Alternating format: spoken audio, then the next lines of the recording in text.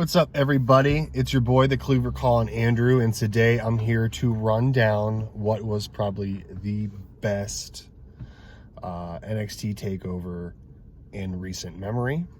We had Takeover Portland last night, and what a show it was. We had 6 matches on this card. The typical layout of a takeover is the pre-show. Maybe we get a match on it here and there. But normally, before NXT went live, we were getting the dark matches taped for that coming week's episode of NXT Takeover. So this started out with a 30-minute pre-show, which, you know, just a big highlight package. We saw Mansoor and Sam Roberts bicker back and forth the whole time. It was really fun. I had a good time watching it. And we started off the night with the North American Championship, Keith Lee defending against Dominik Dijakovic in a fucking classic. This was the 5th match between these gentlemen, and I was so impressed. We saw Keith Lee hit a Hurricane Rana on Dominik Dijakovic. We saw Dominik Dijakovic fly, not once, but twice. He went to go do his leaping over the top rope back first thing, but Keith Lee caught him, and which we thought was going to turn into a power bomb, ended up getting reversed into a suplex on the ring apron. And then we saw the boys venture outside, and this is when it got real fun. Keith Lee got the whole arena quiet and hit his double bear paw chop right on the chest of Dominik Dijakovic, and it echoed through there, man. Keith Lee ended up on said chair. It's one of the announcers' chairs. And Dominik Dijakovic flips from the ring to the chair. What an incredible moment. I knew going into this match that Keith Lee was going to pick up the victory, and it was his first title defense. You're not going to have him we're not going to have the Johnny Gargano situation with Keith Lee, basically, is what I'm trying to say. He beat Roderick Strong for the title, and Roddy had a good run with that title. In your first defense, you're not going to drop it, especially after the performances that we've seen from Keith Lee at Survivor Series. His epic showdown little moment with Brock Lesnar at the Royal Rumble. The dude's on fire. So moving on to the night, we have the street fight between Tegan Nox and Dakota Kai, and these bitches beat the shit out of each other. We saw duct tape come into play. We saw chains come into play. I know it sounds like 50 Shades of Grey, but no, this is NXT, folks. We saw a cricket bat come into play, a cricket racket, whatever you want to call it. Tables, chairs. This match was amazing until the end. Raquel Gonzalez comes down and goes to throw Tegan Nox off the top rope, because Tegan had set Dakota on the table in the corner and put a chair around her neck and everything, and was going to go through, for probably a splash or elbow drop or something, but Raquel, sorry, this is weird. Raquel Gonzalez comes down and pushes Tegan Nox off the top rope, and she just bounces off the fucking table, and the table turns over, and referee moves out of the way, and Dakota Kai rolls over. 1, 2, 3, boom. And Dakota was even kind of thrown off, what are you doing? What is this? What is going on?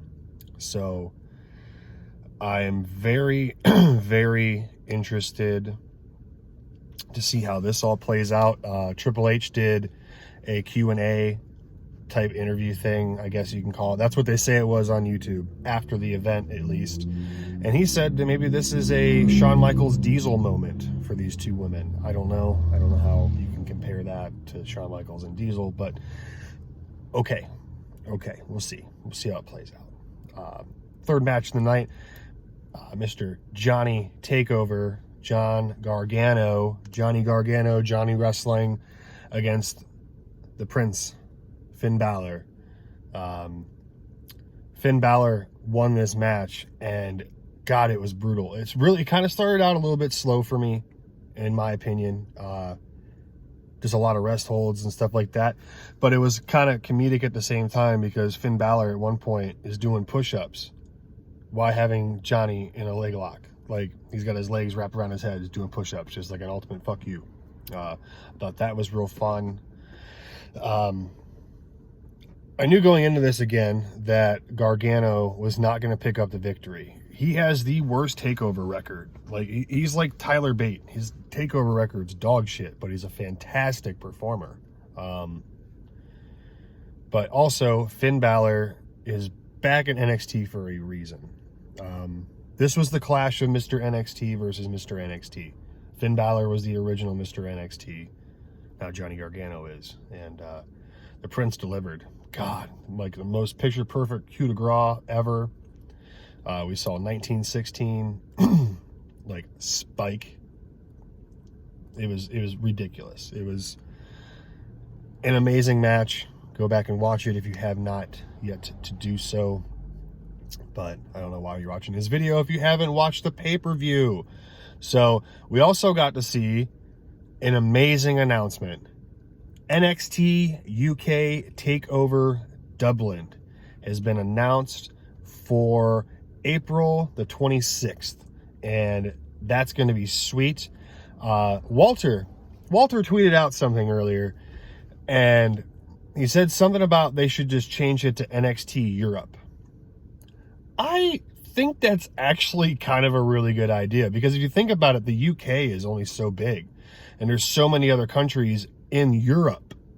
Like, people think that Europe and the UK are the same thing, and they're not. So, I mean, the UK is part of Europe, but when you have, you know, your Scotland, it's just, I don't know. It's I don't want to go into that, but I wouldn't mind the change. I really wouldn't, because you could do this, because this is the way to get the European Championship back into relevance. It'd be a little weird, but basically you could christen the European Championship, the current UK Championship, you can christen it the European Championship, and then find a mid-card title that looks somewhat like the old European title, I guess. Like, just change the name and keep a similar design, something. I don't know. I just thought it kind of made sense from what Walter, like, he tweeted out. And NXT Europe, it just kind of, it fits. But anyways, we're moving back to NXT Takeover Portland. That is why we are here. Well, I'm actually here because I'm waiting for my son to get out of boxing. And so yeah, he's gonna be a boxer. He's pretty damn good too. So next match up of the night, to me, was my least favorite match on the card. It was Rhea Ripley defending her NXT Women's Championship against Bianca Belair. We all knew going into this match that Bianca Belair stood a fucking Ice Cube's chance in hell of winning this match. It's been set up already between Charlotte and Rhea for WrestleMania, and we all know how it's going to go. Especially when I saw Bianca's parents at ringside. I'm like, yeah, she's definitely not getting the title. Nope. Definitely not. It just, I don't know. I feel like I've watched this match before. I did a review last night with Stephen Osborne, Jerry Slaughter, and John Schartzer over at Aftermatch Wrestling. You can check that out as well. And, you know, it was just one of those things where I felt like I've watched this match 100 times. So, Charlotte Flair showed up at the end of the match, and after she assaulted Rhea Ripley, she said, "Your thing for WrestleMania, you're on." I thought about it. Challenge accepted. And then beat up Bianca Belair for, you know, quick measure. Nothing really to write home about here. Next up, we got the Broserweights, the Dusty Classic winners for 2020. Matt Riddle, Matt Riddell, and Peter Dunne, against Undisputed Era's Red Dragon, the NXT champions, NXT Tag Team champions, Bobby Fish and Kyle O'Reilly. We saw the Brosermobile show up, which was pretty funny, and it's always funny to see that thing. If you did not pick the Broserweights to win this match, there's something wrong with you. All the momentum in the world for these two. We saw the great things that Pete Dunne has done with the NXT UK Championship. 685 days, folks, champion.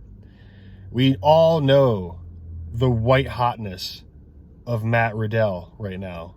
The dude, he's got so much little beefs started everywhere. He's all over the place. He's got new t-shirt ideas coming out because, you know, how much fish could Bobby Fish fry if Bobby Fish could fry fish? This match was nuts. Matt Riddle was the MVP of the show. Like Stephen Osborne said last night, he was electrifying. He got the hot tag. He made that match what it was. We saw miscommunications on both teams. And we really thought, hey, if Undisputed Era loses or wins this match, cool. We're going to get a feud between Dunne and Riddle semi-soon. Because they teamed together just for this Dusty Classic and just ran right through it. And amazing. These guys look like they've been teaming together for years, and it's only been a couple weeks. But we saw Bobby Fish get pinned, and we have new NXT Tag Team Champions, and they are the Broserweights, Pete Dunne and Matt Riddle. So congratulations to you guys. I'm excited to see where this goes, because obviously it's going to lead to a feud, and a feud between Dunne and Riddle is going to be badass. So this was my favorite match of the evening, hands down. Wow. And moving on to our main event, Tommaso Ciampa challenges Adam Cole, baby, for his NXT championship. The championship that Tommaso Ciampa never lost. He had to relinquish due to injury. Well, spoiler alert, Adam Cole is still your NXT champion. We saw interference in this match from the entire remainder of the Undisputed Era. There was a lot of awesome moments. The referee was very lenient with the outside playtime. You know what I mean? Being outside for literally 45 seconds to a minute maybe before he's even counting his 10 count, or starting his 10 count. It was brutal. We saw a spot where Adam Cole launched Tommaso Ciampa onto the announcer's table, and he hit like right at the base of his neck. And yeah, it was pretty brutal, man. We saw a couple different Panama Sunrise attempts. This match was Kick-Out City, too. This was Kick-Out Fest 2020. The near falls after near fall after near fall after near fall. And when we saw the Undisputed Era get involved with the match, the referee was down, and, you know, it was just your typical referee's down, the rest of his buddies are going to come in. Well, in the back corner, we see Johnny Gargano show up. And Tommaso Ciampa is looking at the NXT Championship that's in the ring to use it as a weapon. And Gargano grabs it from him and just kind of holds it and looks at it and then strikes Ciampa in the head. Boom. 1, 2, 3, Adam Cole remains. So we are looking into a feud between Gargano and Ciampa again. All right. So see where that goes, because we've seen it how many times already. But I mean, maybe they're going to finish what they started when everyone got hurt. You know what I mean? There's been a few injuries since the first initial breakup of these two. So I thought this event was amazing. We had, again, 6 matches. In May, it'll be 6 years since the first NXT Takeover. And I hope they keep the 6-match format. And they could have added more, too. Technically, we shouldn't have had to wait till this Wednesday for the Jordan Devlin Leo Rush match. We could have had that championship match on NXT Takeover Portland as well. We could have had, as much as I want to see it brew out for a little bit, we could have had the Velveteen Dream against Roderick Strong. I mean, but again, we need some feuds rolling outward of this event. So I'm excited to see what happens this Wednesday. Again, we're getting Velveteen Dream versus Roderick Strong, and Lio Rush challenges Jordan Devlin, the Irish Ace, for the Cruiserweight Championship. So everyone enjoy your Monday. Enjoy your Monday Night Raw tonight. I know there's been a few things announced for it already. There's a no-holds-barred match between Randy Orton and Matt Hardy, and I saw something about a tag team match. Was it Angel Garza and Bobby Lashley against Rusev and Humberto Carrillo or something like that as well. And we saw all the Elimination Chamber participants for the women's side announced. So Liv Morgan, Natalya, Ruby Riott, Sarah Logan, Asuka, and the clear fucking winner of this match, Shayna Baszler. So lazy booking. But if you like this video, please check the subscribe button and the like button. I think the subscribe button's over here and the like button's over here, or vice versa. I'm dyslexic and it throws me off every time looking into a camera and trying to figure out, hey, which side is this going to be on? You can follow some of my friends at the links below in the description, and you can check out all my social medias down below. No DQ Colin Andrew for Twitter, Colin26 Andrew on Instagram. And spread the word on my channel. I just hit 100 subscribers this past weekend, and I'm very happy about that, and I'm very thankful for that. So thanks to all, like 103 of you right now that have subscribed. And enjoy your Monday. I see the kid walking out the door now, so I'm going to wrap this up. And take care. Support Aftermatch Wrestling. Support Armbar on Facebook. And support all the rest of the members of the NX team. Take care, everybody.